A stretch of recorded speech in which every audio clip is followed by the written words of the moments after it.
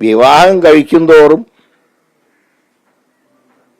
ഭാര്യമാരെ ഉപദ്രവിക്കും തോറും വീണ്ടും കല്യാണം കഴിക്കുകയും ചെയ്യുന്ന ഇതുപോലുള്ള ആളുകൾ നമ്മുടെ പൊതുരംഗത്തിന് ഭൂഷണമാണോ എന്ന് പൊതുസമൂഹവും ചിന്തിക്കേണ്ടതാണ്.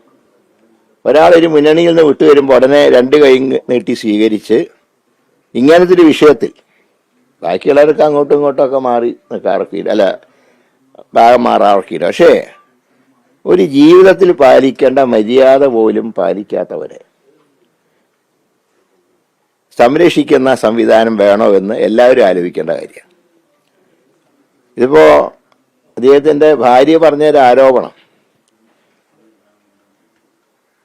കാണാൻ പാടില്ലാത്തൊരു അരുതാത്ത കണ്ടു എന്നാണ് അവർ പറഞ്ഞത്. അതായത് കഥ തുറന്നു നോക്കിയപ്പോൾ കാണാൻ പാടില്ലാത്ത കണ്ടു, പാലാഴി മദനം നടത്തുന്ന കണ്ടു. അത്രയും വളരെ സങ്കടത്തോടു കൂടിയിട്ടാണ് അവർ പരാതി പറഞ്ഞത്. അപ്പോൾ ഇനി മുഖ്യമന്ത്രി ഇതെങ്ങനെയാണ് കൈകാര്യം ചെയ്യുന്നത് ഞങ്ങൾ നോക്കിക്കൊണ്ടിരിക്കുകയാണ്. സ്ത്രീ സുരക്ഷയ്ക്ക് വേണ്ടിയിട്ട് എന്നും പ്രസംഗിക്കുന്ന ആളാണ് മുഖ്യമന്ത്രി. അതിനു വേണ്ടി കോടിക്കണക്കിന് രൂപയാണ് ഈ PR വർക്കിന്റെ ഭാഗമായിട്ട് ചെലവഴിക്കുന്നത്. ഒരു മന്ത്രിയുടെ ഭാര്യയ്ക്ക് പോലും ജീവിക്കാൻ രക്ഷയില്ലാത്തൊരവസ്ഥ എന്ന് പറയുമ്പോൾ എന്ത് സുരക്ഷിതത്വമാണ് കേരളത്തിൽ സ്ത്രീകൾക്കുള്ളത്?